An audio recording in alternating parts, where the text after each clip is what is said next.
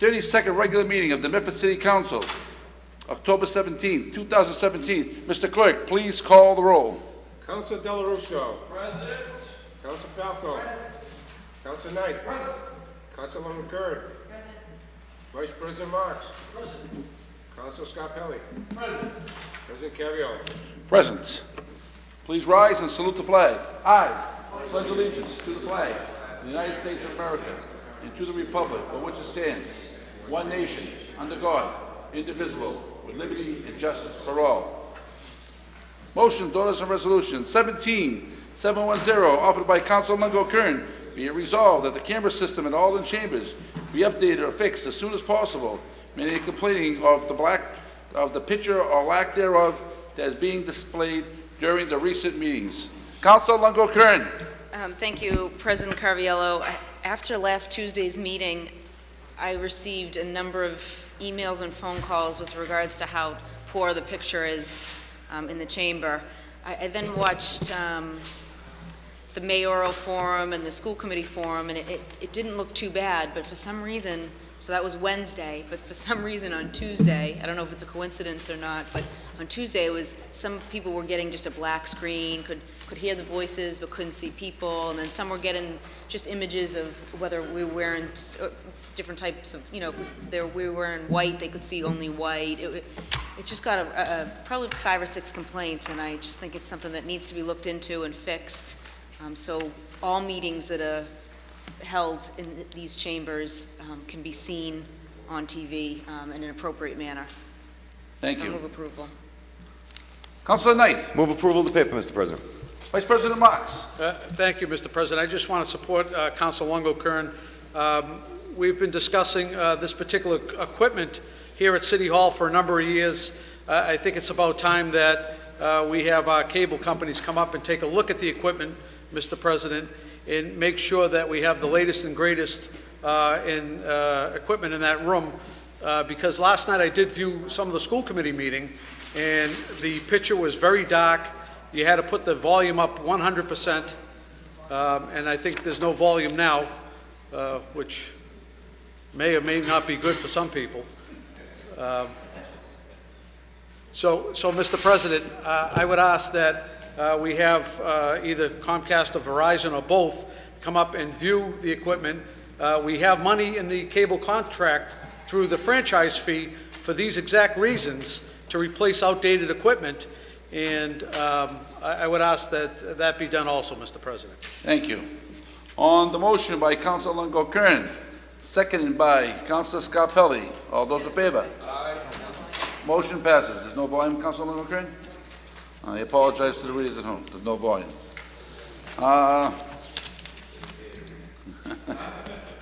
Apologize to the readers at home. According to Councilor Lungo Kern, there is no volume. You want motion to take a 5-minute recess to see if we can alleviate the problem.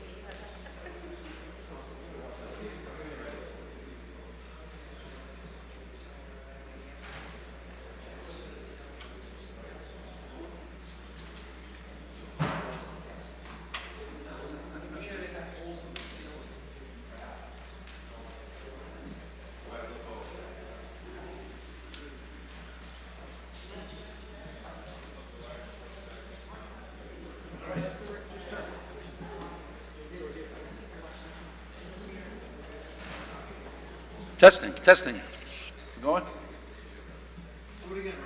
Testing, 1, 2, 3. Testing, 1, 2, 3. Good? All right.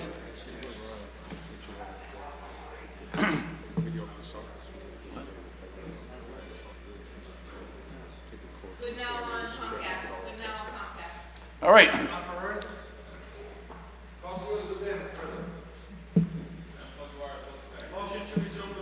Motion to revert back to the resume the meeting. Meeting is now back in session. 17-711, offered by Council Longo Kern, be it resolved that the City Solicitor's Office looks into making sure that Rice Pond will remain open to Medford residents only after a grant was received from the Massachusetts Office of Coastal Zone Management. Council Longo Kern. Thank you, President Carviello.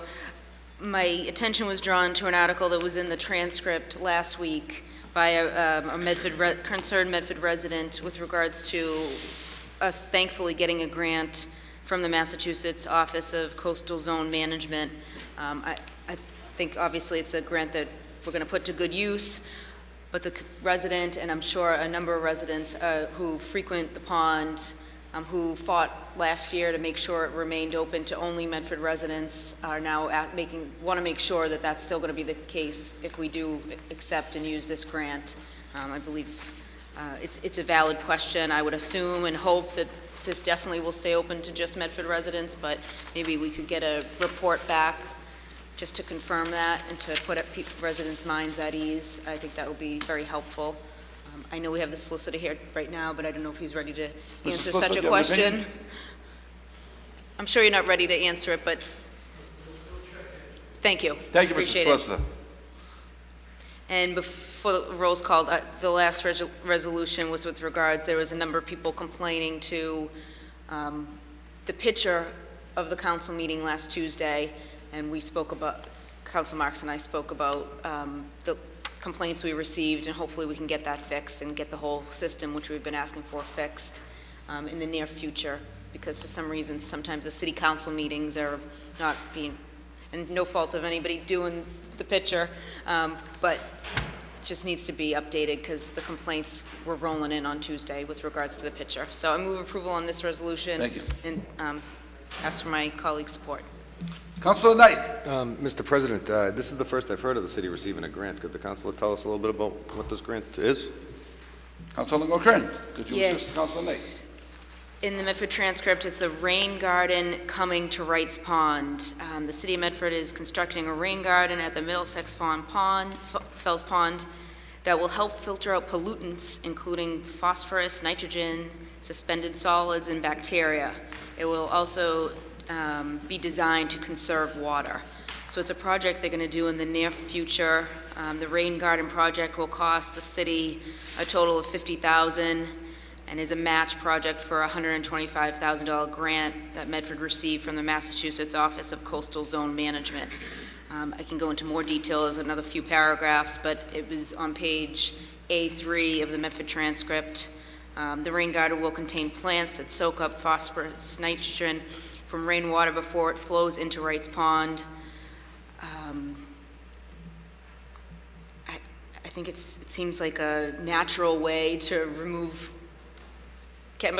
obviously chemicals from the pond, so anything we have with regards to a grant to be able to do this, I think is extremely important, especially I have another resolution on where the article does mention some concerning things as well, but I think the rain garden is definitely a step in the right direction. It's only going to help better the pond, especially for the hundreds of kids that swim in that pond every summer. So. Point of information, Councilor Della Russo. Mr. President, are we talking about item number 17711 or No, 712? 1-1 at the moment. 1-1. Yes. And the vote is to remain open to residents only after a grant was received? And the solicitor will I don't quite understand the We have- semantics of the resolution, and I don't know if we should base our We are voting waiting on for an information from a opinion from the newspaper. solicitor. Thank He will you. give us an opinion on that. Thank you. Council Longo, do you want to vote on seven? I'll move approval of the question, Mr. President. 17711, but just to respond, I'm not really sure what the confusion is. Sometimes when you get a state or federal Yes. grant, It it changes opens the to the public. parameters of Yes. how we operate. You are So correct. we are making sure that the hundreds of families that use it from Medford, it remains only Medford. This was a big issue back about a year ago Yes. when some of the law was looked correct. into, and they were potentially going to be opening it up to non-Medford residents, and the city kind of, Thank you. You Yes. are correct, Councilor Longo Kern. On the motion by Councilor Longo Kern on 17711, seconded Roll by call. Councilor Falco. roll call. Roll call has been requested, Mr. Clerk.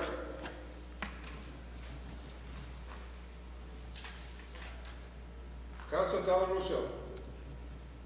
Yes. Council Falco. Yes. Council Knight. Yes. Council Curran. Yes.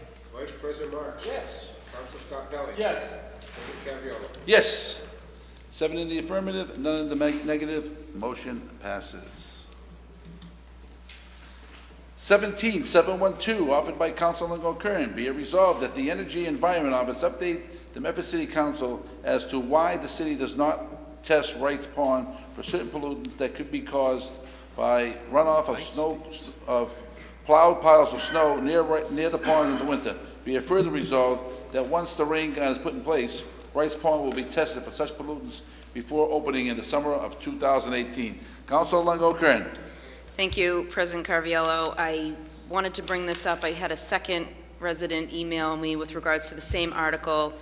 In the second part of the article, it mentions how the city stores plowed snow on Wright's Pond, and residents have grown increasingly concerned about pollutants in the pond, and then our Energy and Environment Director said because the city stores plowed piles of snow near the pond in the winter, which runs into the pond when it melts. This is a way for the runoff to get clean, treated, and filtered naturally. Hopefully the rain gardens will help that. But it says we've tested what is there, but there's a perception that there's bad stuff running off in there. So a resident who does frequent the pond called me, also asked me to reference the article, and it is concerning that we're putting plowed snow there. So this resolution and the next has to do with figuring out if we can maybe do it another way. If we have runoff, there's a number of different things that are coming off the snow, within the snow, that are being stored at Wright's Pond. Maybe we should look into it more, and if this is a problem, then we can hopefully store the snow somewhere else, because we want to make sure that we're keeping the pond as safe and clean as possible.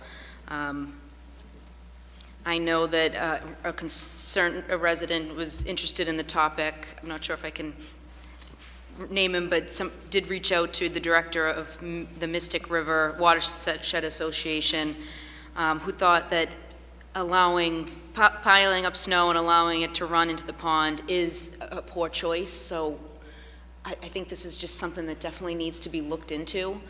If we have piled snow that can be put somewhere else, I think we need to do that. So if we could have a response from our Energy and Environment Office with regards to if there's been any testing, if so, what type of testing and when, that would be extremely helpful.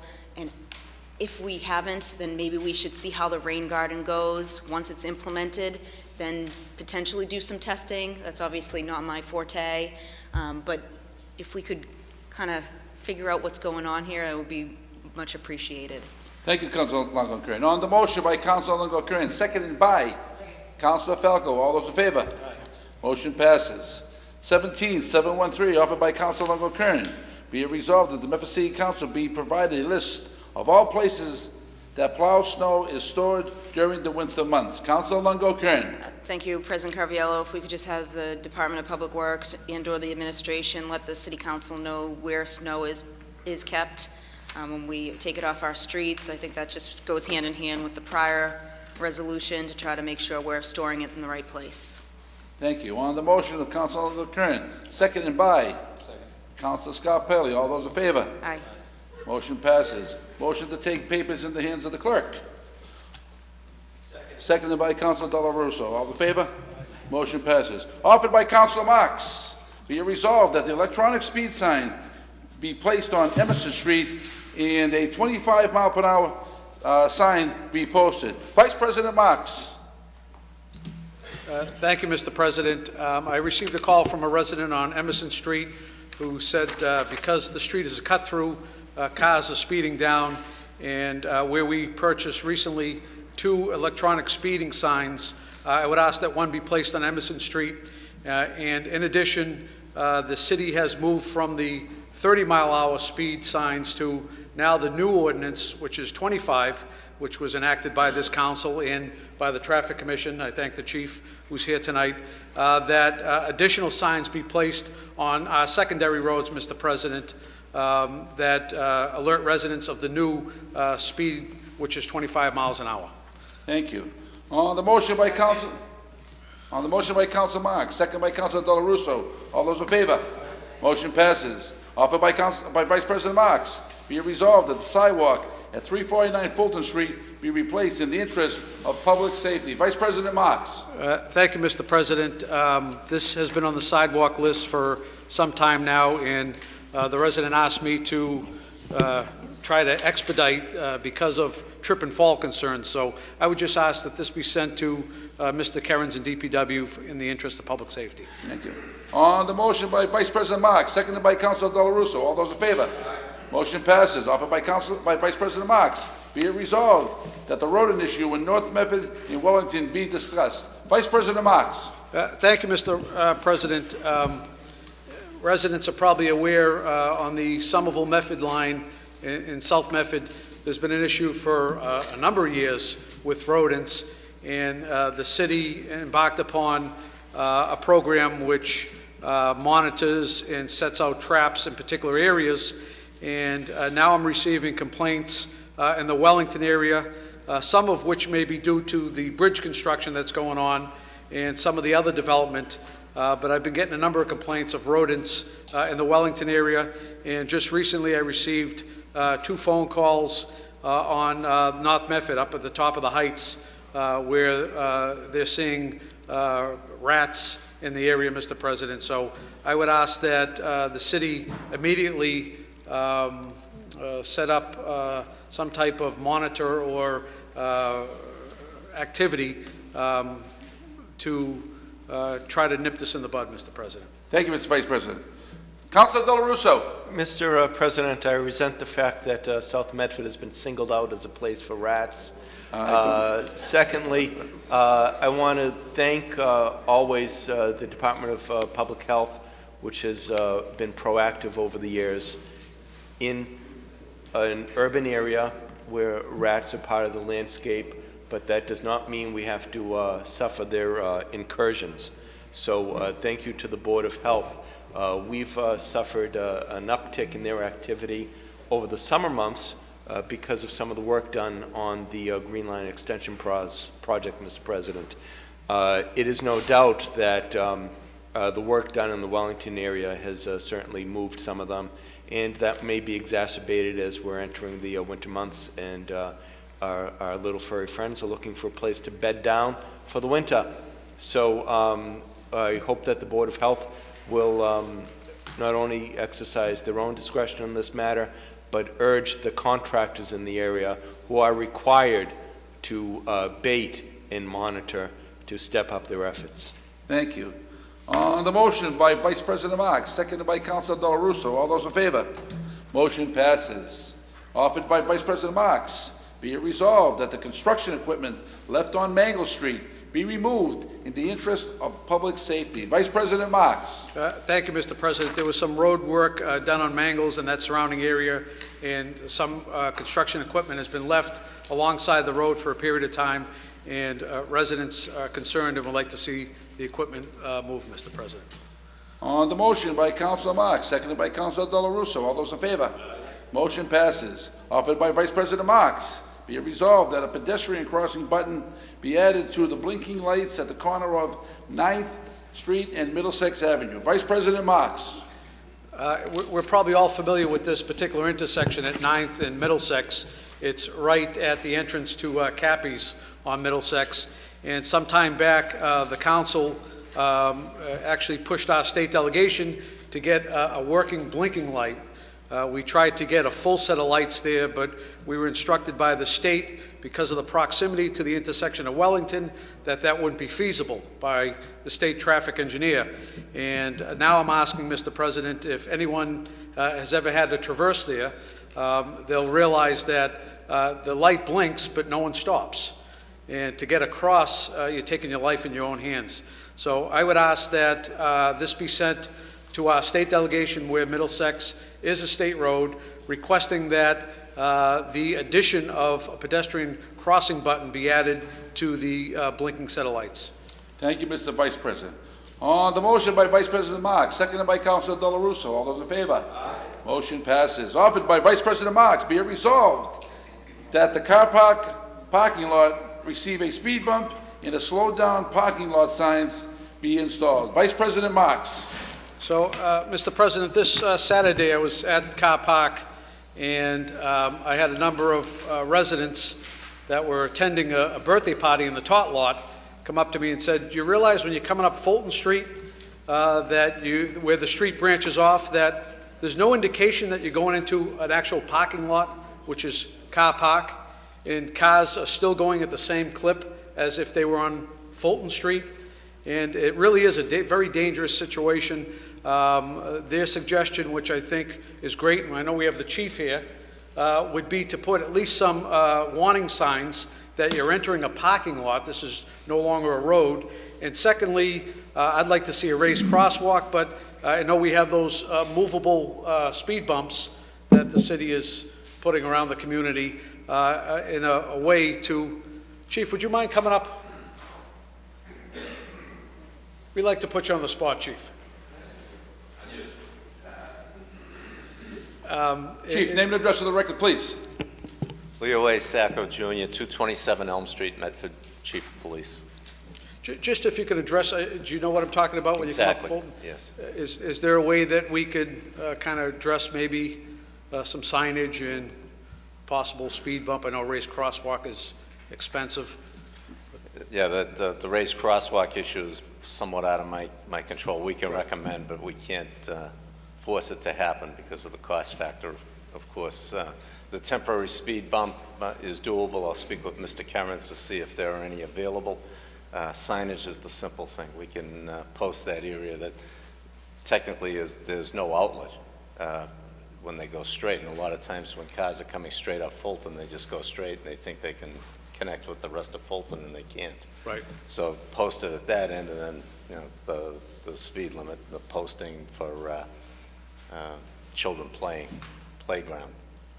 That'd be great. So the signage piece is simple. The other piece of the crosswalk, the speed bump, takes a little more effort. Thank you, Chief. Thank you, Chief. On the motion by Vice President Marks, seconded by Councilor Dela Russo. Mr. President, that this be sent to the Traffic Commission, and now the Mr. chief Clerk, is... if you can have that be sent to the aware. Traffic Commission. On the motion by Vice President Marks, seconded by Councilor Dela Russo. All those in favor? Motion passes. Petitions, presentations, and similar matters. 17709, petition by John Storella, 20 Metcalf Street, Medford, to address the council on how to serve the people of Medford. Name and address for the record, please. John Storella, 20 Medcalf Street, Medford, Massachusetts. Thank you, Mr. President, and thank you, councilors. Very happy to be here to present... It's always a pleasure to have you here, Dr. Storella. Well, I appreciate that coming from you. Thank you. Thank you, sir. And I do want to ask the audience if I'm too loud or not. Can you hear me clearly? I have problems with hearing too here. So I also want to thank City Clerk Ed Finn for providing me with this hearing aid. That'll help very much. Well, anyway, my subject tonight is how to serve the people of Medford. And of course, we're all very interested in that because that's the purpose of government, service. We wouldn't need government at all if we did not need service. And so the City Council here takes an oath to support the Massachusetts Constitution, and in that way to serve the people of the Commonwealth. The Council is to be appreciated for this loyalty to the people, and we, the people, have faith that the Council will serve the people, and that this is the reason we vote to elect you. And we express pride in your service, and we trust you to do your job because of what we think is in your hearts. We think that in your hearts is the desire to make life less painful and more comfortable for us at a reasonable cost to us. We, the people, support the city government by paying our taxes as the government ordains, and we give up some of our precious liberties, and we trust that the government will spend our hard-earned money wisely. But does it? In my opinion, Medford is near insolvency. Now notice I say near. I hope I am wrong, but the very tight financial condition of Medford will not permit us to proceed with the police station, the fire station, the library, school building maintenance, infrastructure, pension funding, proper zoning in order to limit density, preserving neighborhoods, reducing park fees and parking permits, street cleaning, police foot patrols, Medford Square revitalization, payroll increases for our employees, removal of tree stumps, on and on. Medford would have to borrow many millions of dollars to pay for all those needs. We already have a debt of $51 million, which we reduce at a cost of $6 million a year. But we need $22 million for the police station alone. Taxes must be raised year after year, as they have been for the past 30 years, in good times and in recessions, in order to keep our heads above water. And now, the city is taxing the taxes we have already paid, and it is using the Community Preservation Act to do this. Our tax levy is at the very top limit, which Proposition 2.5 permits, which is $109 million this year alone, which is $4 million more than last year. Now add to that $4 million more the $1 million CPA surtax, and we have a 25% increase over the increase. Confusing, isn't it? But CPA supporters love the extra revenue, which takes from Peter to pay Paul. Our city government is averse to charter review, which has not been discussed in 30 years. We have a charter which gives power to a strong mayor and a weak council. No offense. Our city government is averse to term limits, which will provide more democracy for the folks. 2 terms were adequate for George Washington, for Thomas Jefferson, for James Madison, for James Monroe and Andrew Jackson, etc., etc. And 2 terms should be enough for us. In the Federalist Papers, James Madison said, "A republic is a government which derives all its powers directly or indirectly from the people, and is administered by people holding their offices for a limited period." James Madison wrote that in 1788. Are our civil servants insecure? You bet they are.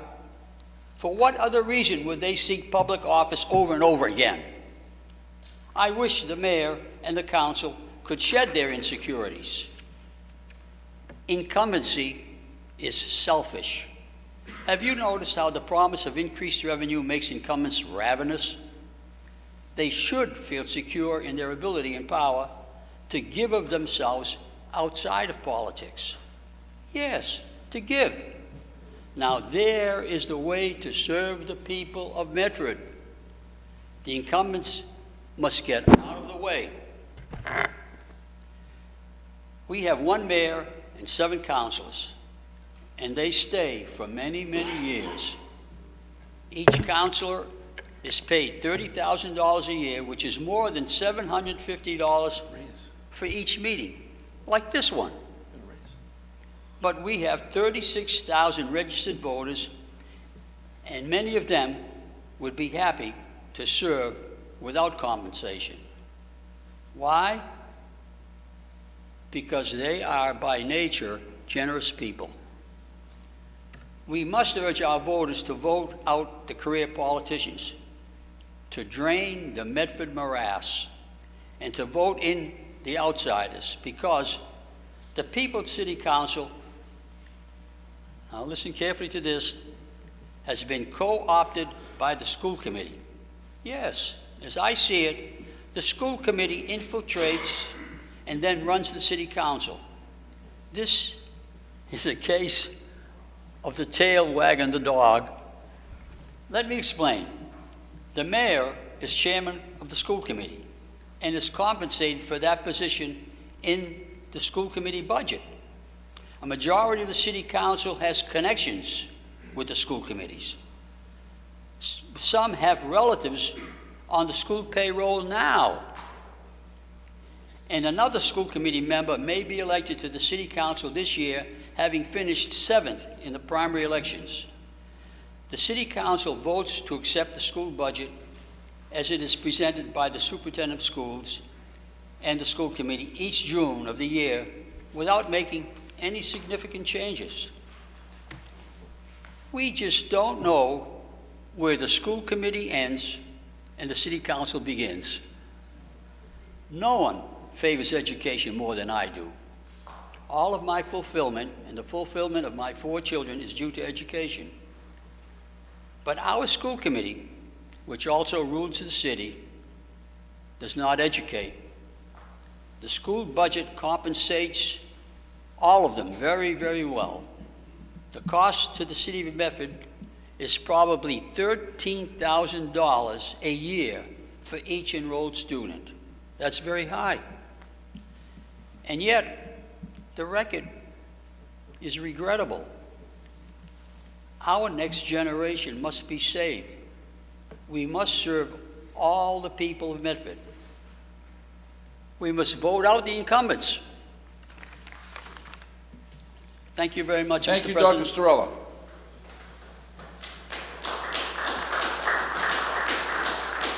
(17) petition by Robert Penta, 0 Summit Road, Medford, Mass., to address the council on the issue of becoming a sanctuary city.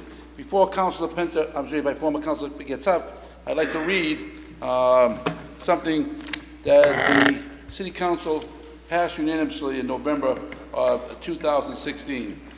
Dear Mr. President, City Councilors, whereas the strength of our nation is derived from its history of diversity that has enriched our communities with a variety of cultures, faith, traditions, and viewpoints, and whereas the City of Medford is a community that welcomes and values the varied racial and ethnic makeup of our residents, and whereas the City of Medford stands in support of all immigrant groups and newcomers as they pursue the American dream, and whereas the City of Medford will work to model our city as a safe and welcoming place that equally encourages all to seek personal advancement and to reside in peaceful contentment in Medford, and the City of Medford rejects all words and acts of hate, indifference, and intolerance that undermine our neighborhoods, communities of faith, and our schools, and thwart the promise of equal justice.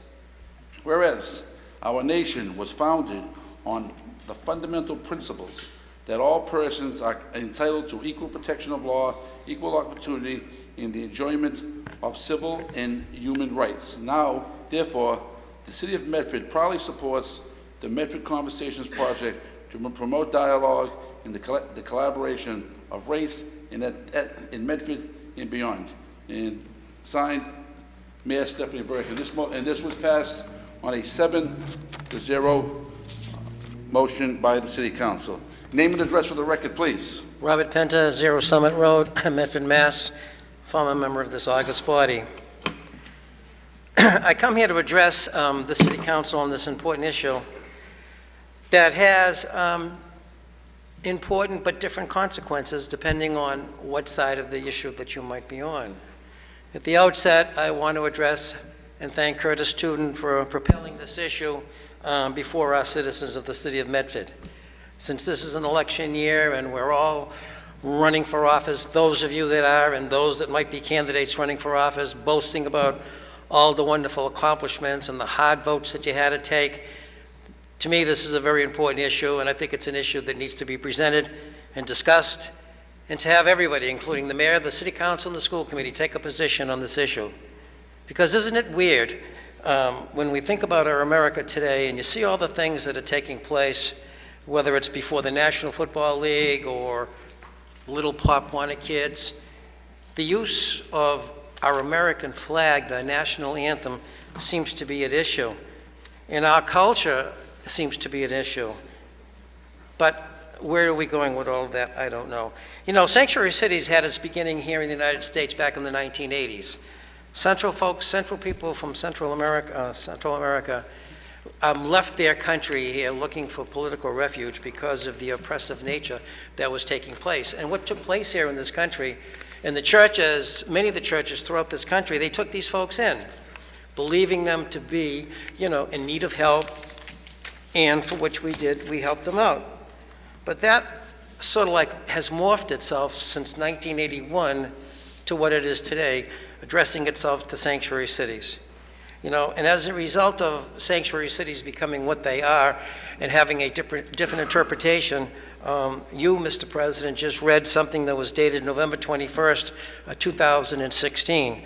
If you go to that third whereas, it says the city of Medford stands in support of all immigrant groups. I think the word before all an immigrant should be legal, all legal immigrant groups. Because we, the people of the United States, are a nation built on laws. Its foundation is built on laws, and it's on the legality of what we do each and every day.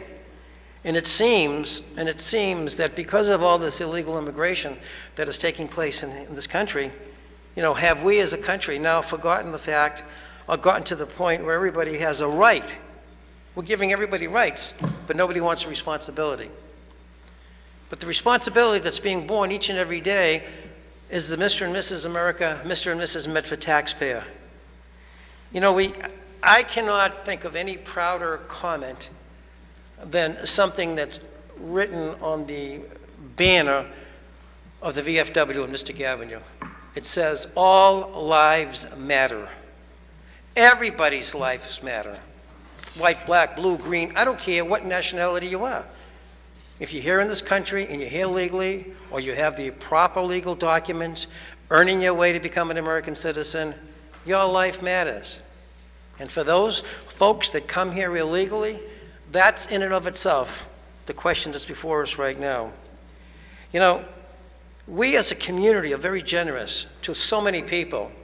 You members on the council, especially you two new members, Councilor Scarpelli and Councilor Falco, you've just gone through 2 years of community block grant funding. And if you go through each and every one of those community block grant fundings, you will see the amount of money that's been dedicated and prioritized to charities within not only the city of Medford, but in the Tri-City and outside the city of Medford. You've also seen monies go to legal counsel for people who are in immigration, to have an illegal immigration condition needing to get itself resolved and coming forward. We also have in this community all our churches and all the food pantries and the shelters taking care of as many people as they can. And while they're doing that, the question then becomes, who comes first, the illegal or the legal?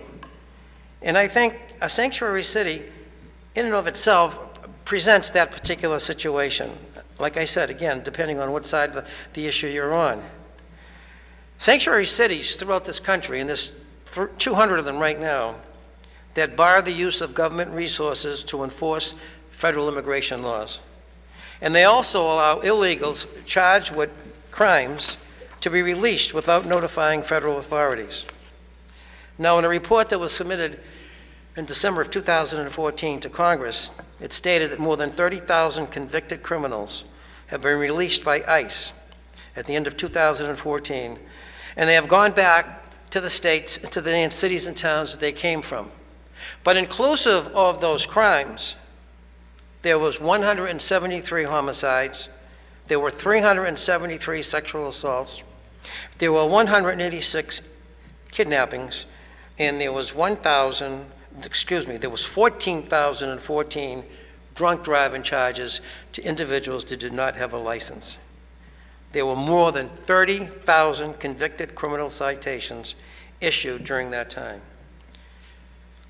What does that say to the law-abiding citizen? But more importantly, what does that say to our law enforcement personnel, who especially now, if you're in a sanctuary city, you can't ask for identification as to are you an immigrant or not. You can't hold them. You can't call ICE. It has a ramification that just really says to the police officer of today, beside doing my job for the city that I'm in, I am now having to become aware of somebody who might be here illegally. And that person might get preferential treatment over someone who might be here legally, but that I can arrest and imprison. And that's really not right. There's a particular case that takes place from a gentleman and his 2 children that died. He came from Lavone, Texas. And he was hit by an illegal immigrant who hit him head-on in a collision, and he killed him, his 4-year-old son, and his 22-month-old, strike that, his 4-year-old daughter and his 22-year-old son. The illegal person was arrested and plea bargained to a 2-year sentence. A 2-year sentence for wiping out a husband, a father, and a daughter. The woman, subsequent to that, has had some kind of public, how could you say, retaliation, because she felt that the justice system didn't do her right, because she complained because of that, and the person that killed her husband, her daughter, and her son was Hispanic, she now becomes the culprit and not the victim. These are just little nuances. We can go to the entire country. There are cases where police officers have been killed, shot, brutally murdered by illegal immigrants here in this country. And that's not right, absolutely not right. You know, when we think about what's going on, illegals, they have the benefits of our free medical system. They go to our quality schools. They get free housing and free food. But they don't choose to blend in by learning English and assimilating to our American culture.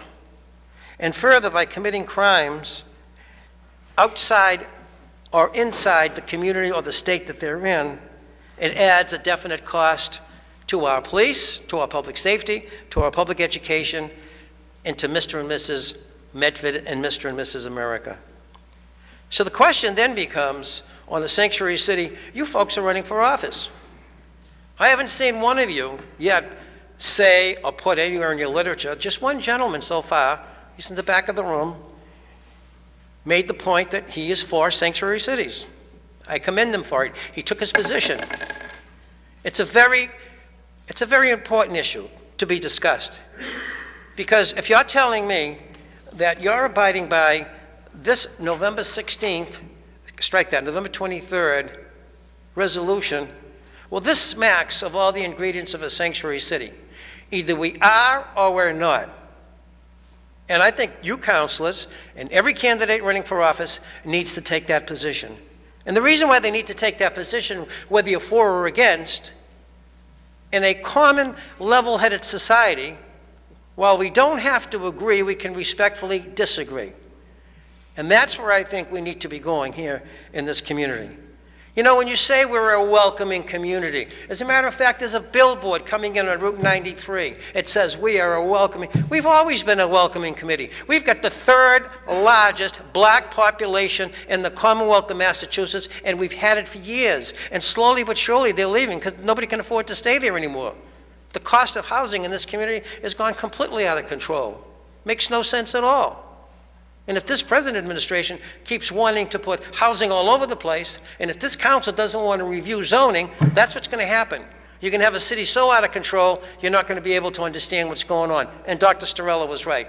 Your finances will be so out of control.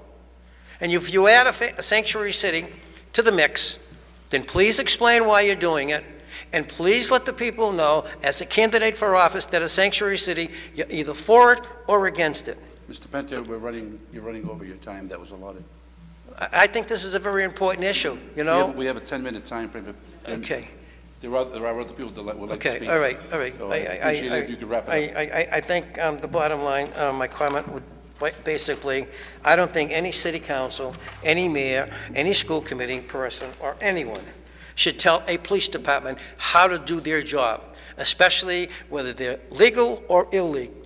That's their job, to protect and to serve, and not to be controlled by a political hierarchy in a community Thank you. that turns around and says, we want to be a sanctuary city. Thank you, Mr. Penta.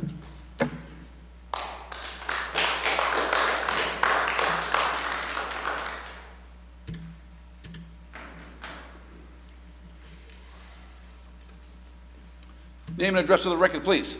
Hi, my name is Curtis Tuden. I live at 340 High Street, Medford, Massachusetts, and I'm here to speak in support of Medford pursuing sanctuary city status or any initiative that makes it clear that this is a community that is welcoming and safe for all residents, regardless of immigration status. So there is a lot of reasoning behind that. I also agree that it's an important topic that people need to take a stance on. I commend the City Council for their statement from last November.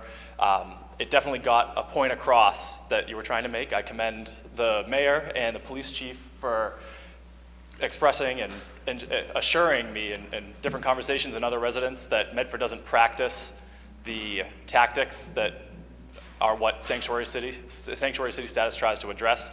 But all of that is great to practice, but it's one of those rare problems where we actually have to preach what we practice. So that shouldn't be too difficult. If we're already a city that does all these great things, we need to be clear in stating that we are a sanctuary city status or we are a safe community, whatever the title may be. It's up to the community to decide that particular label.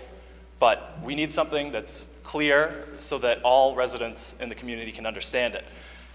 Specifically, as an employee of Medford Public Schools, I see on a regular basis when immigrant families come into the building, and because they don't speak English and because of the culture of fear that is added on to by all the statistics that were read, even though it is documented that immigrants commit crimes at lower rates than ordinary legal Americans, every day these families come into the Medford Public Schools and they're afraid to make eye contact because they don't know where that may lead, whether it's with an authority figure or with a teacher or anybody, even another student.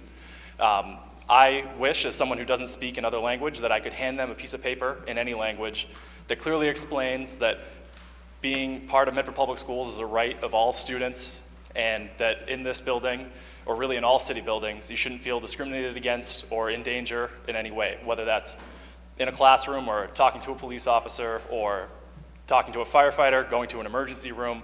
All these essential aspects of just being a human being that a city should be able to provide without a culture of fear that is unfortunately sweeping across the country. So for Medford to stand up and label itself what I will ultimately see as the right side of history, then I think now is the appropriate time to do so. So thank you for listening, and I appreciate everybody coming out and contributing to the conversation.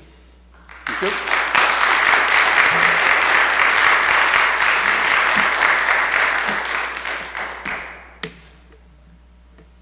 Name and address for the record, please. My name is Kevin Wolfson, 159 Central Ave. Thank you for welcoming the public and the chance to speak. I'm a participant in a group called Safe Medford that many of you have heard from. The mission of our group is to advocate for all people in Medford, regardless of their immigration status. And I know many of you, I hope, have seen our website, safemedford.org. If you haven't, I hope that you will take the time to look through it. And you'll notice that we don't use the term sanctuary city because it is often connected to statistics like Mr. Penta was citing, and this sort of kind of building of fear that is not what we're about, not what we're intending, and that we feel distorts the issue. So The term that we use is safe communities, but regardless of what the term is, our goal is to pass a set of policies, and these are policies that are used across the country, that are supported by police organizations and sheriffs across the country, that clarify how the police does and does not work with federal immigration. The Homeland Security Department, which is what ICE is part of, is, if I recall correctly, the second biggest funded department. It's either second or third in the entire country. They have no lack of resources. They are extremely well funded. They have all of the money they need to do the work that they are supposed to do and that all of us will agree is important work. The Medford Police Department, the city of Medford, clearly from statements of people so far tonight, clearly is not nearly as well funded. The Medford Police Department doesn't have enough police officers according to many people, and I have no doubt about that. The police station itself is in disrepair, and I know that there is the welcome push to build a new police department. And a large part of what why we're asking for what we're asking for is so that the limited resources of Medford aren't co-opted by a very well-funded national organization. It's about protecting, in one way, about protecting Medford's rights to be an independent community that decides what to do with its own resources. That's one thing I wanted to point out. The other thing that I wanted to point out is the discussion of legality and illegal and legal immigrants and that sort of thing. I want to point out that immigration offenses are civil offenses. They are not criminal offenses, and they are often connected to criminal offenses with statistics, again, like Mr. Penta was citing. But that is not what we're getting at. We're getting at people who are at various stages of immigration documentation not being treated like criminals for what is a civil offense in the same way that a speeding ticket is a civil offense. Like Mr. Tudin just said, immigration status has no correlation to people being more violent. There are plenty of ways that you can pick statistics that make it seem like that's the case, and it's not the case. And I hope you'll look at the safemedford.org website where we explain that more clearly and more thoroughly. Finally, I want to point out that cities that have these policies, I mentioned earlier that police organizations and sheriffs across the country support policies like this. Cities that have these policies are economically stronger, they are statistically safer, and the reason for that is that people who might be at risk of being targeted by ICE don't feel like they're afraid to call the police if they see a crime or if they are a victim of a crime. And that makes all of us safer. So again, thank you for the chance to speak. That's all I have. Thank you.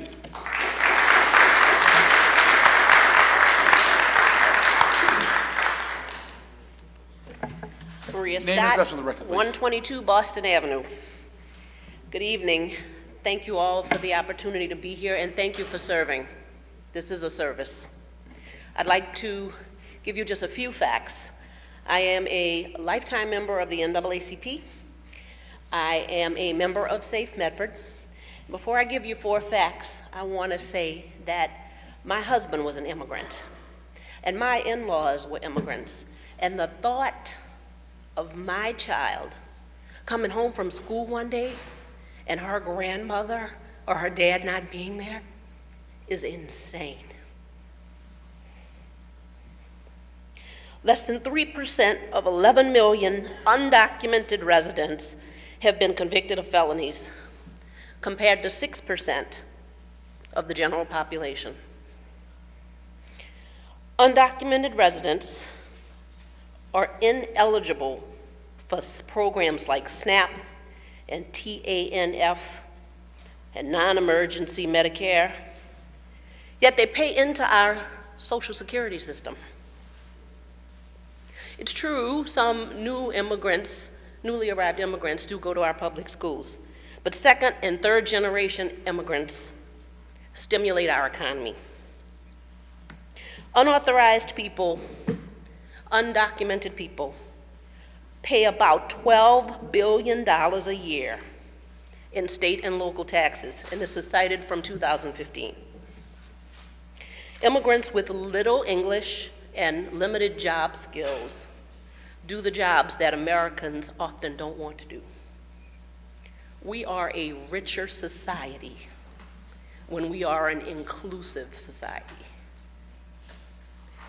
And I really want people to seek understanding and then to be understood. There is a difference between undocumented individuals and criminals who have broken federal and state laws. Thank you. Thank you.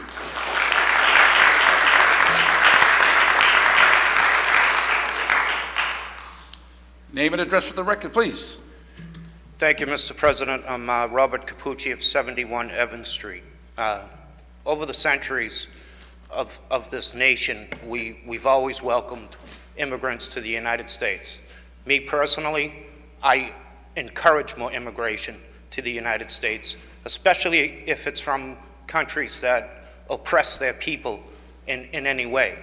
But we do have a supreme law of the land, and it is the U.S. Constitution. And under the U.S. Constitution, there are laws that govern how one becomes a citizen of the United States. For a city to automatically dictate what the police can or can't do in terms of immigration questions undermines the very reason it makes this country good to come to. You're subverting the Constitution, which for centuries has helped a lot of people come from impoverished or oppressive nations to come here and build a much better life. One of the things I want to talk about is the cost of illegal immigration. While it's true that the last speaker said it's something like $12 billion that they're putting back into the economy, at the same time, a year, it's $135 billion that's coming out for the cost of illegal immigration to the United States. On the state level, among the 50 states, it's $88 billion a year. At the federal level, it's $45 billion a year. So the costs coming in don't even come close to the costs going out in terms of prison upkeep, schools, hospital, all sorts of things that these costs rise on. I don't think that for a city like Medford, for a group like Safe Medford to come along and you know, this has nothing to do with building fear or anything else. It's a matter of respect for the law in becoming a citizen of the United States.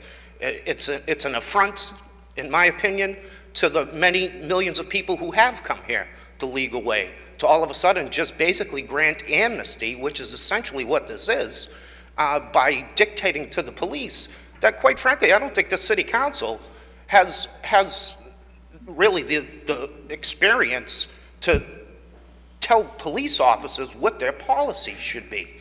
And under the guise of the feel-good appeal to the emotions of making Medford a welcoming city, like Mr. Penta said, we've always been a welcoming city.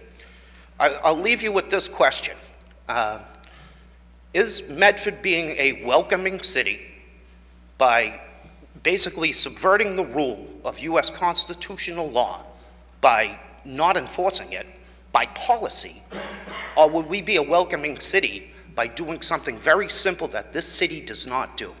When a new resident or a new business comes to this city to open shop or to live here, Medford does not send them a welcome packet saying, here's where Wright's Pond is. Here are some discount coupons to the Chevalier Theater or to Carol's Restaurant. Here are the city services. Here's when we pick up trash in your neighborhood. That's a welcoming city? It's not. But circumventing the laws governing immigration under the U.S. Constitution is? I beg to differ. Thank you, Mr. President. Thank you.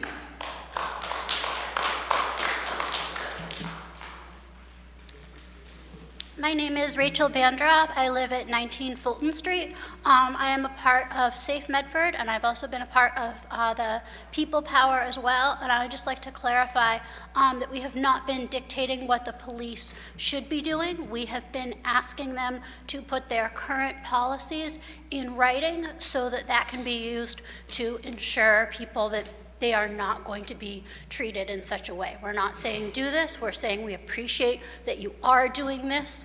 As things are, please put it in writing so that it can be clarified. Thank you. Thank you.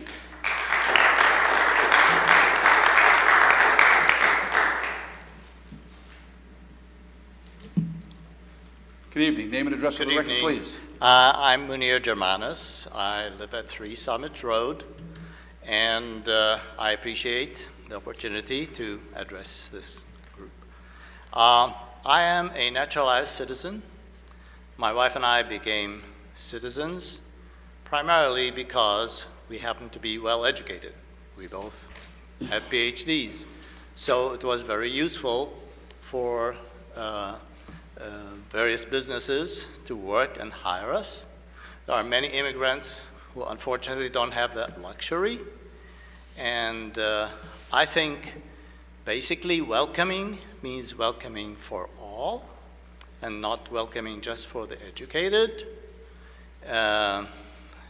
So I personally am quite in favor of having Medford and actually all of Massachusetts become a sanctuary city, just like the state of California. And I would certainly urge all candidates running for office, including you, ladies and gentlemen, to do the same. Thank you. Thank you.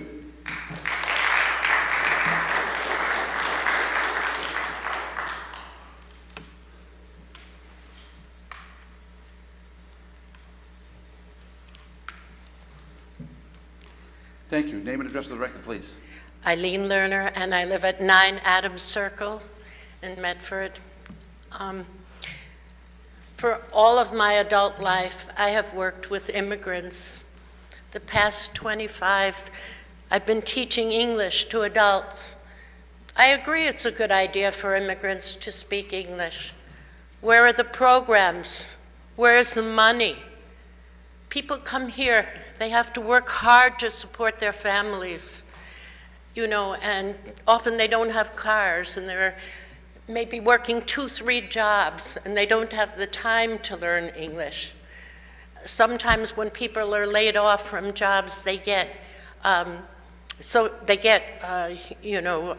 unemployment compensation, and part of the deal for that is that they take English classes. I've had those kind of people, women who have been in this country for 25 years, never learned English because they didn't have the opportunity, they didn't have the time, they didn't have the money, but when they were given it, they were so happy to learn English. So if we want people to learn English, we have to put more money into programs to teach them English, you know?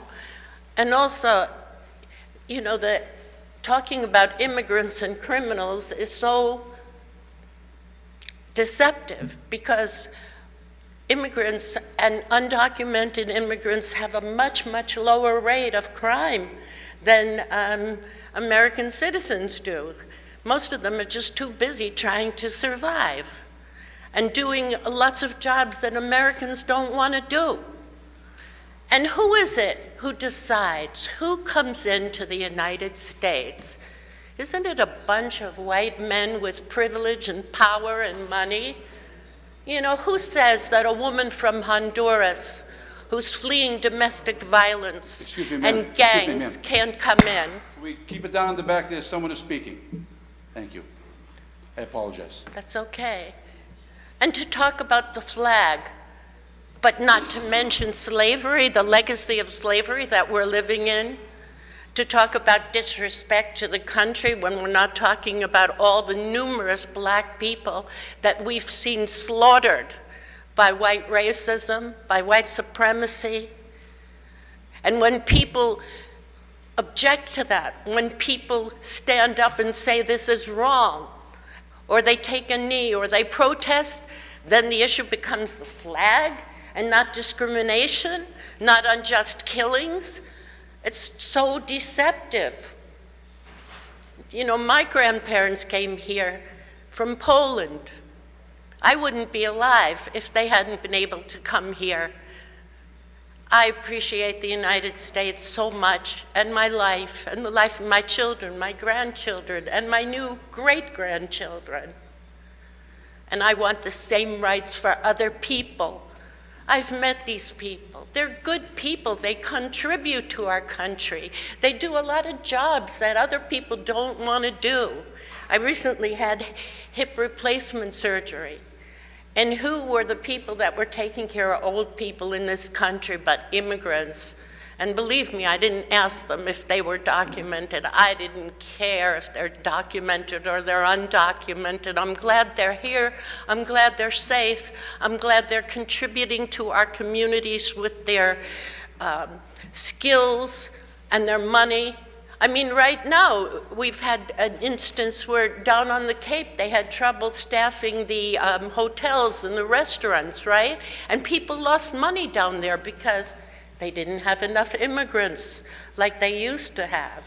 And in California, they're having trouble getting people picking the fruit and the vegetables, right?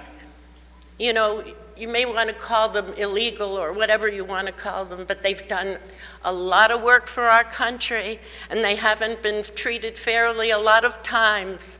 And I just want to stand and say, I support these people. I think they contribute to our economy and to the richness of our culture, which isn't only white and Christian, but is multicultural. Thank you. Thank you.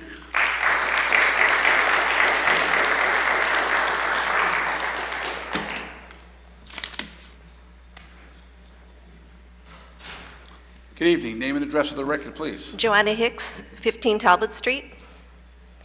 I'm a fourth generation Japanese American and Filipino on my mother's side. And some of you may know during World War II, Japanese Americans were incarcerated, 120,000 of them, just based on the basis of their national origin. Some of the men of that generation went on to serve in the armed forces and became the most decorated unit in World War II, sent into some of the most dangerous missions. And I wanted to support safe communities in Medford and speak out that immigrants, including undocumented immigrants, serve this country in the military, as well as contributing to the economy. Thank you. Thank you.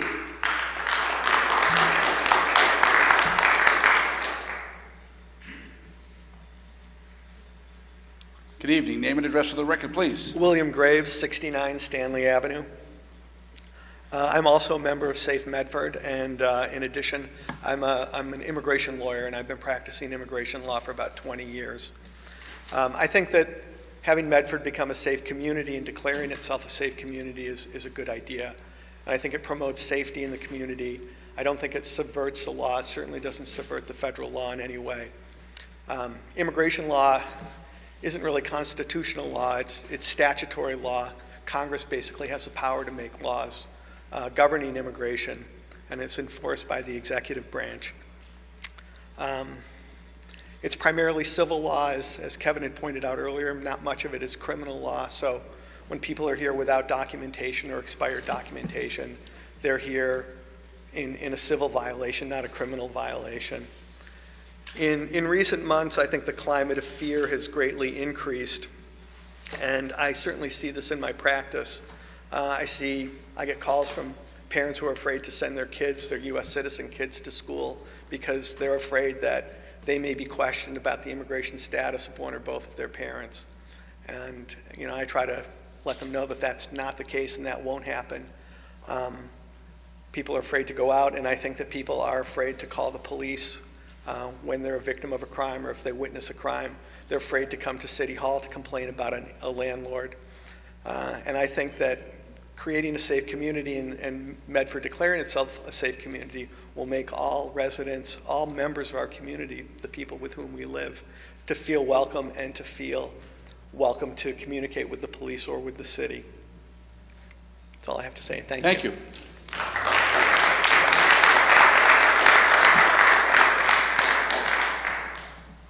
Thank you. Records, the meeting of October 10th.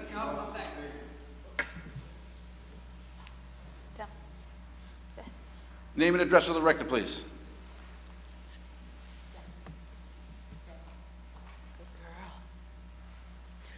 Rachel Tannenhouse, 26 Pearl Street, please. Hi. My name is Rachel, and I am the granddaughter of refugees. Yes, I am in favor of Medford being a sanctuary city, so y'all can get a head start on snarking now.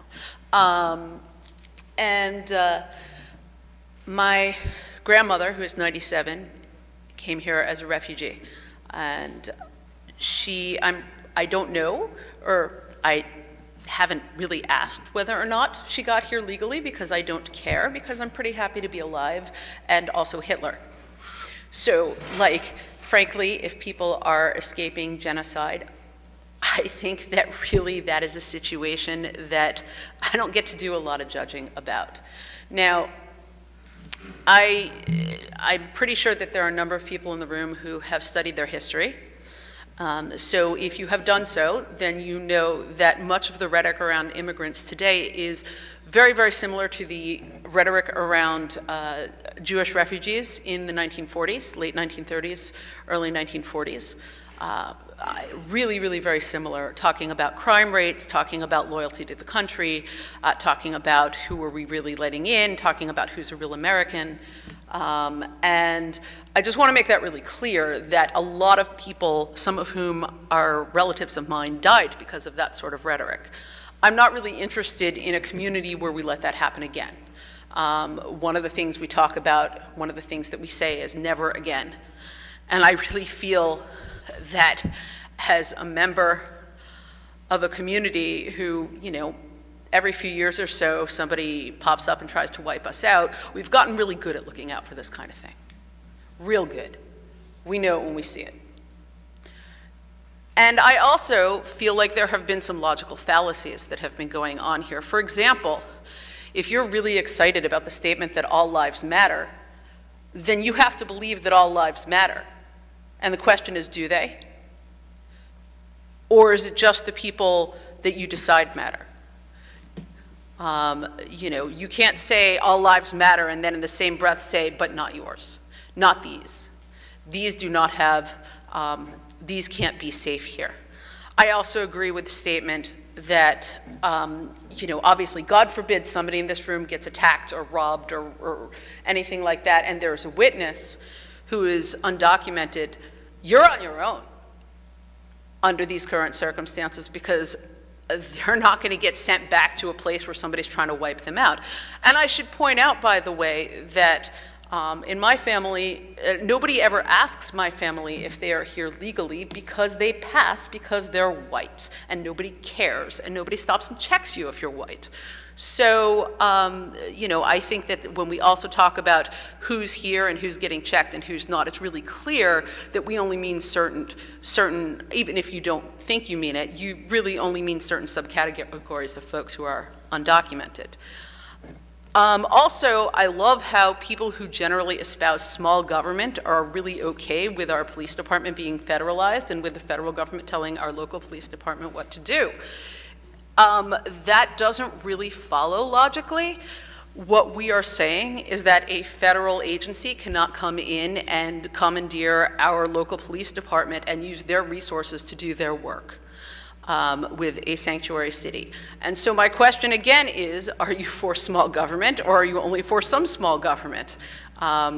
And I also agree that I hear and I agree that our police department is severely overworked and under-resourced, and and not making a statement that the federal government can't come in and commandeer them and use them for their own purposes is simply adding to the problem. And I hear a lot of people talking about how we have to make things easier for our police department. We have to hire more police officers. We need to build a new police station. And if you believe those things, then why would you possibly believe that you would want to stretch their resources for things that aren't even being done by a local agency, that actually a federal agency is perfectly capable of doing themselves?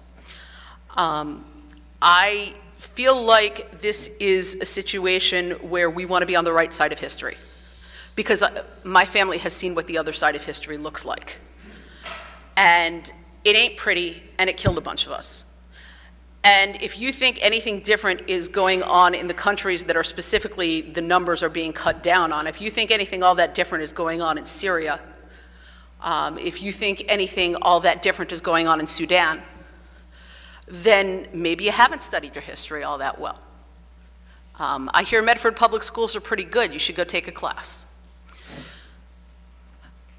I just want to say that I can't see much, but I see you, Mr. Penta. Excuse me. I see what people are We're doing. not criticizing anybody here tonight. Okay. Thank you. Thank you. I see what the people who want to keep out immigrants are doing. And I know what was done to my family, and I know what it looks like. And I'm not gonna sit here and let it happen again.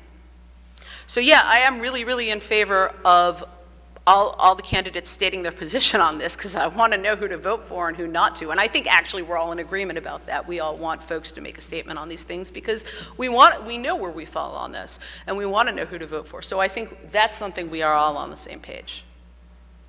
Thank you very much. Thank Have you. a good evening.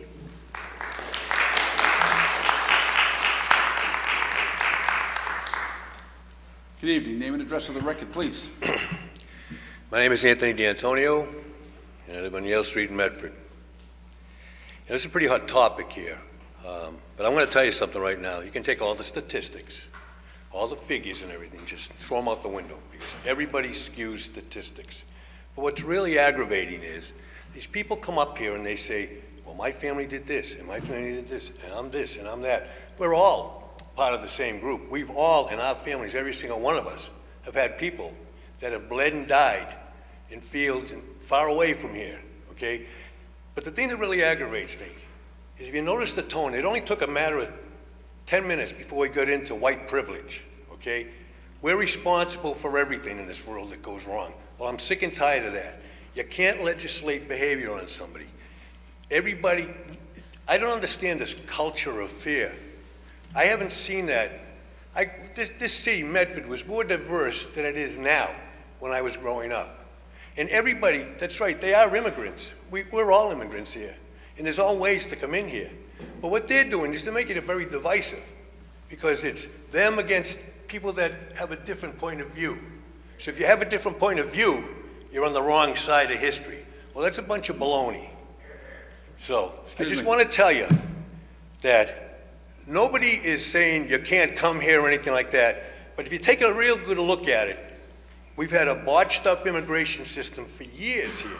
And now a certain political group has found out that by catering and offering to illegals, that they've created their own voting bloc for the future, okay? And I'm just sick and tired of everybody being blamed when other people, you know, is this safe, Medford? You're insinuating that Medford is not safe. Medford is safe, and the police should be commended for what they're doing with what they have. So just think before they speak over here, because I'm getting really aggravated about this nonsense. Thank you. Thank you.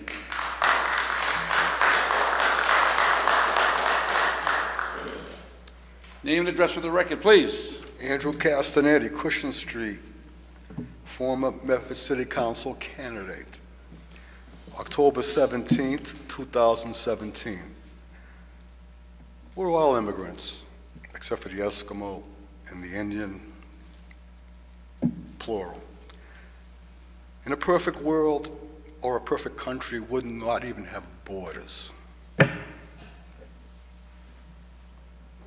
On the other hand, my father sponsored my mother's brother to come from northern Italy, to come here back in the 60s. And I had to get him a job and gave him an apartment, half price. And I kind of feel bad for the people that are trying to do this legally. They're waiting in line. Maybe they're paying attorney fees, or who else they're paying, I don't know. And maybe they won't be able to get in legally. And I don't know what kind of a process it is these days, if there is such a system at all. So therefore, I coined a phrase: all sentient beings matter, period. I said that, not Bob Dylan. Thank you. Good evening. Name and address for the record, please. Ray Scaffo, 9 Sunset Ave, Medford. And we talk about white privileged. I've gotten hit a couple of times by me being rich, white, and privileged. Rich? I don't think so. Maybe a little well off than other people, but the privilege was for me to work 20 hours a day, 7 days a week to get to this point. So I worked very hard. I'm a second generation of immigrants, both sides, my father and my mother's side. Came in and they came in legally. They worked very hard. They did what they had to do, and we followed that suit right down the line. I got my work ethic from my grandparents, that I was able to work 15 to 20 hours a day, 7 days a week to get to this point. I employ at least 60% of my employment staff are immigrants, and they are very good workers. Are they legal? Yeah, they're legal, but they work very, very hard. So tonight, I just want to make the record straight as to how I feel as far as sanctuary cities. I want to thank you for giving me the opportunity to express a concern and a request to this honorable body. I have a concern regarding a statement which was made by a council candidate. He has promised, if elected to the council, that he would make certain that Medford became a sanctuary city. This is a bold statement with all doubts removed of his intention. I give him credit for being honest, although I strongly disagree with him on this issue, because we are a country of laws. Laws are legal documents. They say what they say, not what you want them to say. If you want a law changed, you work to have it changed. You don't circumvent the law. However, I have listened and observed others, both elected councilors and candidates, use words and phrases which appear to have a hidden agenda. I see this as an attempt to receive approval and support from certain voting blocs that exist in this city. This is not right. Let me repeat. I am not in favor of sanctuary cities here in Medford or anywhere else. This is my opinion, and more importantly, it is my right to express such.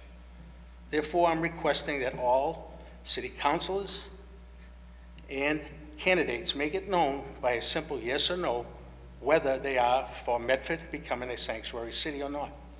That's a simple yes or no answer. Councilors, you have the opportunity this evening to set the record straight, yes or no. The public has the right to know. Thank you. Thank you.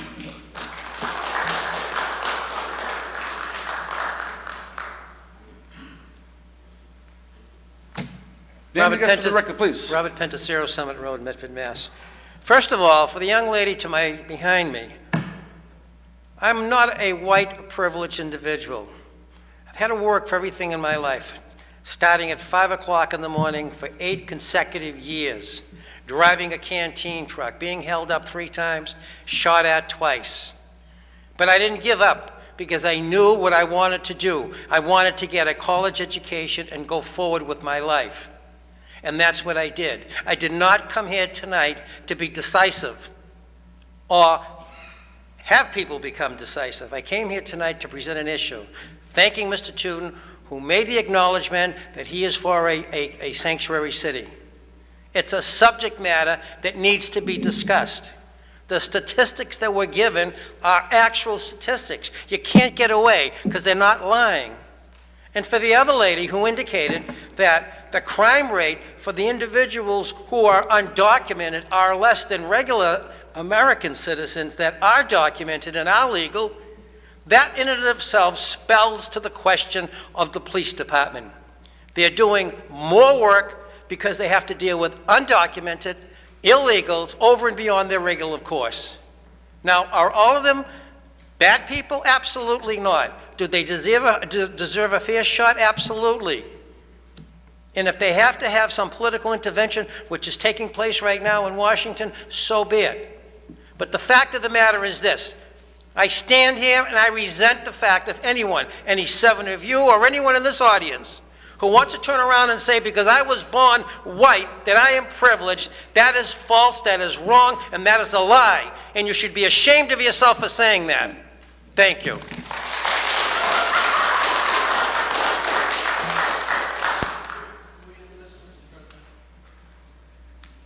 Name and address for the record, please. Okay, Eileen Lerner, 9 Adams Circle. When I talked about rich and privileged people, I wasn't talking about you, Mr. Penta. I was talking about the people that write the immigration laws. I was talking about the people who decide to put Japanese people into concentration camps. The people who decide whether people come in from certain countries and not from certain other countries. I was not talking about you, Mr. Penta. But the fact is, you have to realize that white supremacy has been in control in this country, and that it is under attack now. And that is a fact, whether you want to face it or not. Thank you.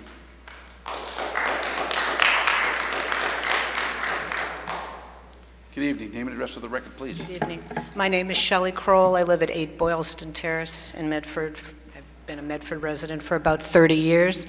I'm also a labor attorney in Boston, and the granddaughter of immigrants, as probably most of us here are. My grandparents were fortunate because when they fled violence in Russia, the immigration laws were much less restrictive than they are today, and they really didn't have to go through too much scrutiny. Those of us who follow the law knows that laws change very frequently when political administrations change. And with regard to immigration laws, when we talk about undocumented immigrants, many of the people who are undocumented were legal when they came to this country, but the status changes as the law change. We have Haitian immigrants who may be losing their protected status. We have the DACA dreamers who were raised in this country and who had been promised a road to citizenship and who are now in peril.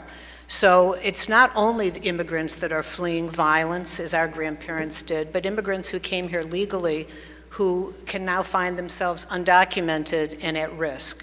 And that's just one point I want to make.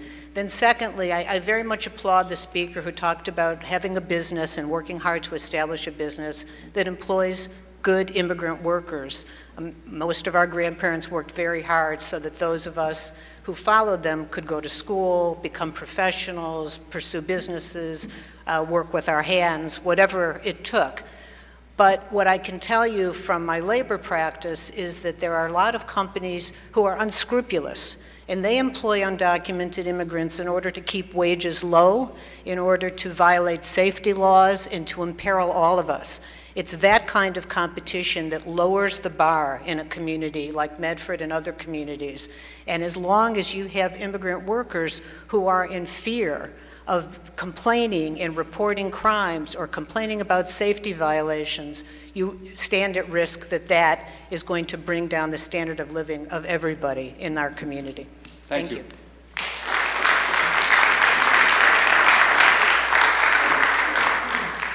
Name and address of the record, please. Thank you, Mr. President. Robert Capucci, 71 Evans Street. I'll try to be very brief. I don't know anybody from my side of this issue who doesn't want to see Medford become a sanctuary city.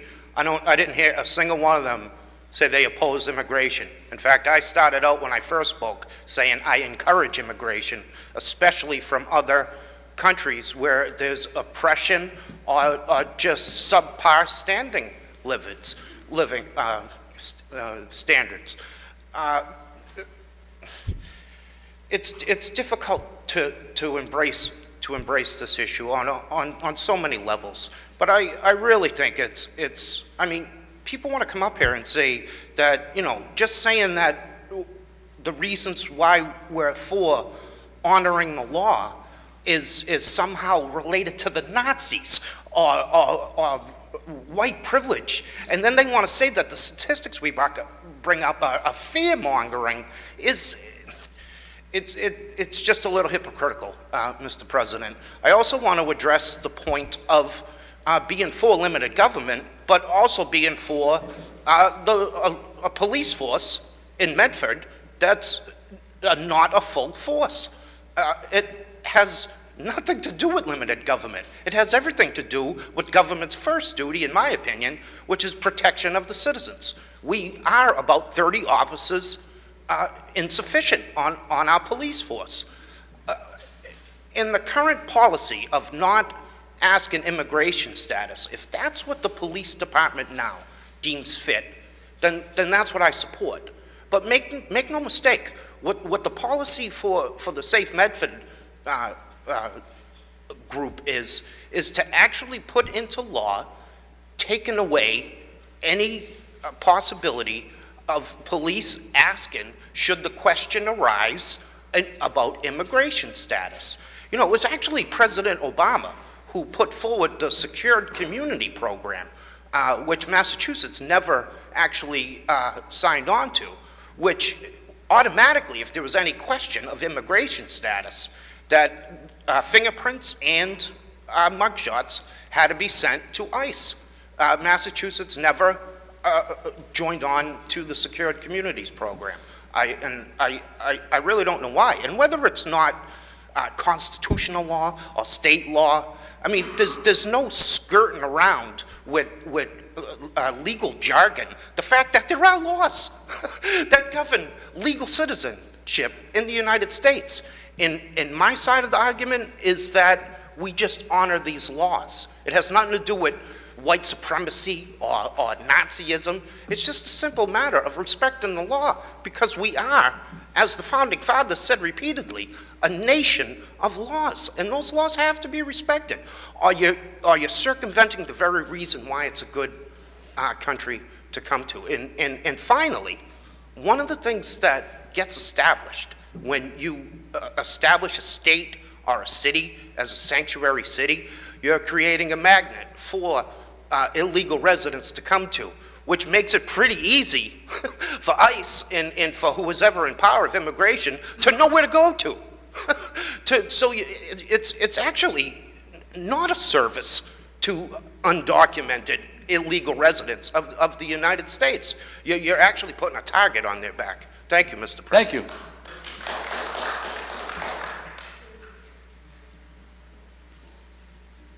Good evening, Chief. Name and address for the record, please. Leo A. Sacco Jr., 227 Elm Street, Medford, Chief of Police.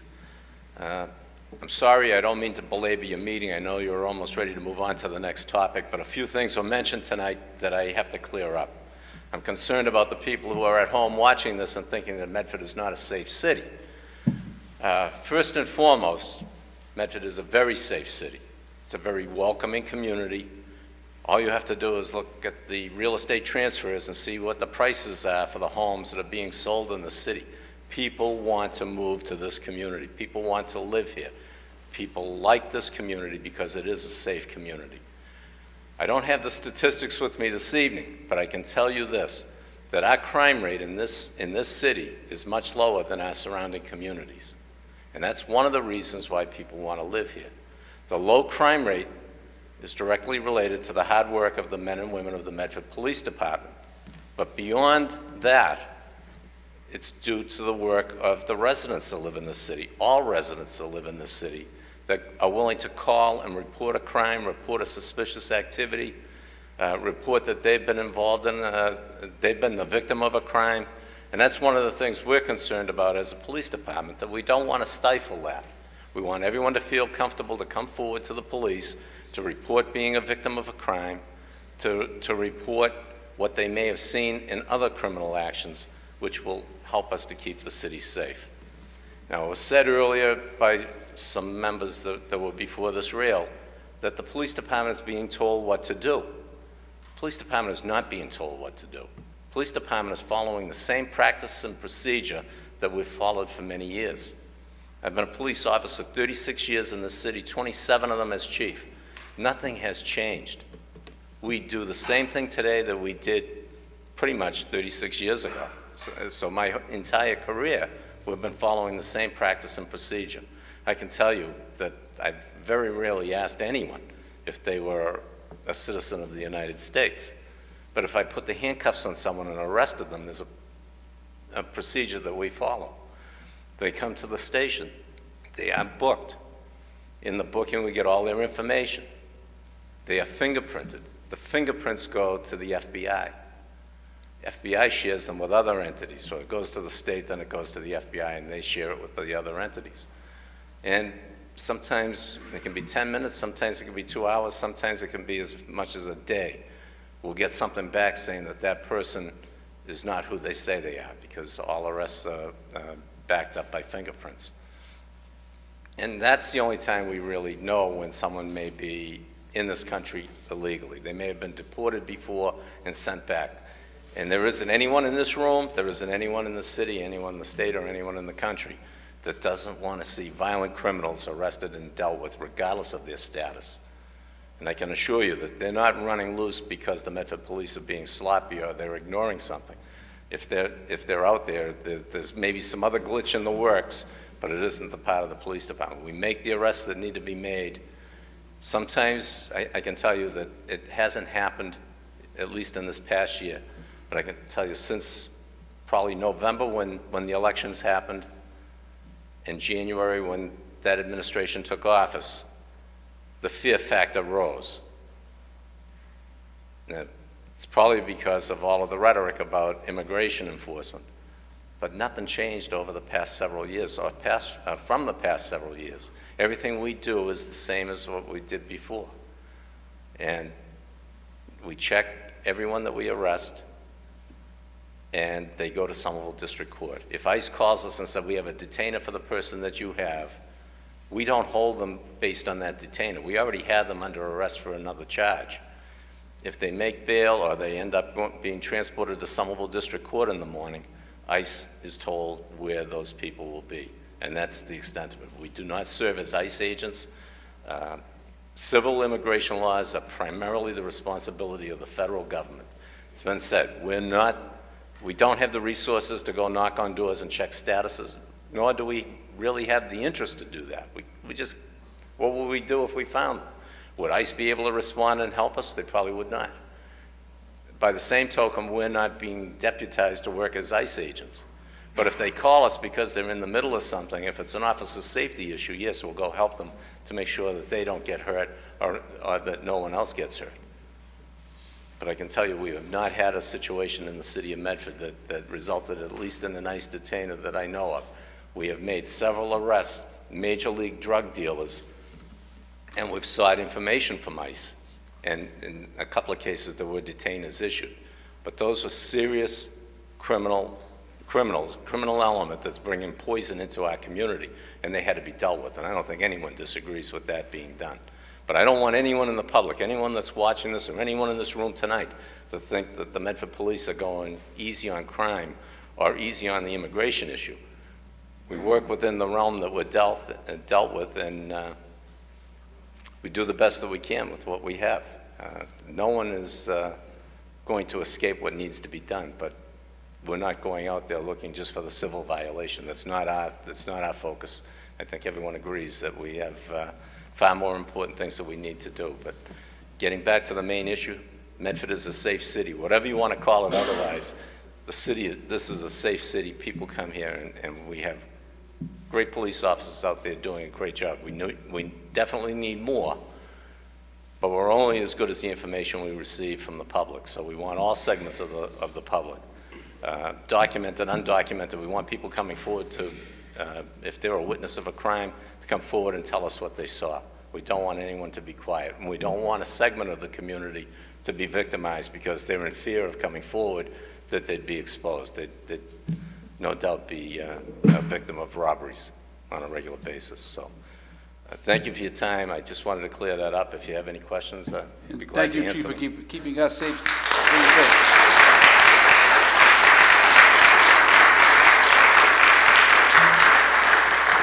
Name and address for the record, please. Joe Villione, 59 Garfield Ave, Medford, Massachusetts.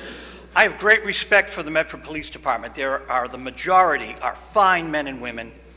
I was videotaping them up at Montvale Plaza. But I respectfully disagree with our police chief because I don't feel very safe in this city. Behind my house, a man was brutalized and murdered on Salem Street. His head beaten in so badly his brains were splattered. I see so much traffic problems. I've seen so many car accidents outside my window as I'm typing. I saw a guy in the street on Salem Street, and I've had to get 2 restraining orders on people. The police didn't help me at all, not to find good men and women, but for political reasons, I had to go get a 4-year restraining order on someone who was coming to my home and threatening me. So no, when I read in the paper that an MBTA cop doesn't get a breathalyzer, but 8 days later, I'm in criminal court because people are lying about me, or if I get assaulted outside of these doors by someone in this room, and the police don't do a proper investigation, but I have to spend thousands of dollars in court to find out that people lied about me. No, this isn't a safe city. You have the haves and the have-nots, and if you're outspoken, as I am, and you try to better your city, which I have tried to do, I have been beaten, I've been harassed, and I've been threatened. And Police Chief Sacco has not helped me at all. So shame on you, Police Chief Sacco. I'm a victim, and you hung me out to dry, Chief. And your own son didn't even get a breathalyzer. Yeah.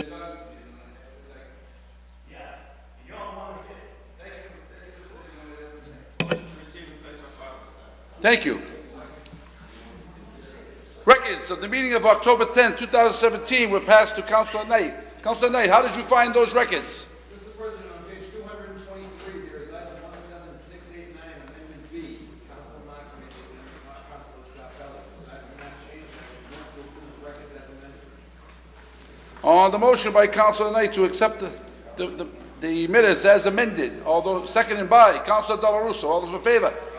Motion passes. Motion by Councilor Della Russo to adjourn, seconded by Councilor Falco. All those in favor? Motion passes. Meeting adjourned.